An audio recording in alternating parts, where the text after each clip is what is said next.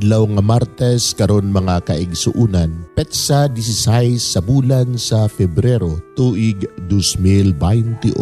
Ang pagbasa kinutlo gikan sa Ebanghelyo sumala ni San Marcos kapitulo 8 bersikulo 14 ngadto sa 21.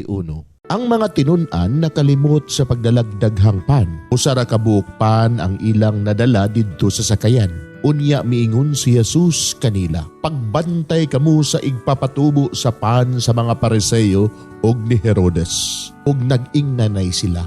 Gisulti niya kini kay wala man kitay pan.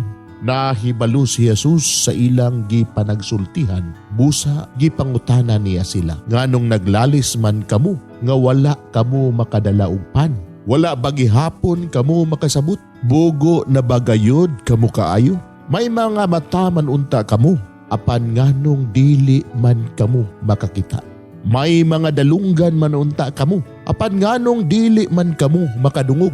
Wala ba kamo mahinumdum sa akong pagpikas-pikas sa 5 kapan alang sa 5,000 katao? Pila ba kabukag ang napuno sa mga salin nga inyong nahipos? Napulog duha, mitubag sila. Og sa akong pagpikas-pikas sa 7 kapan alang sa 4,000 ka mga tao. Pila ba kabukag ang napuno sa mga salin nga inyong nahipos? 7, mitubag sila.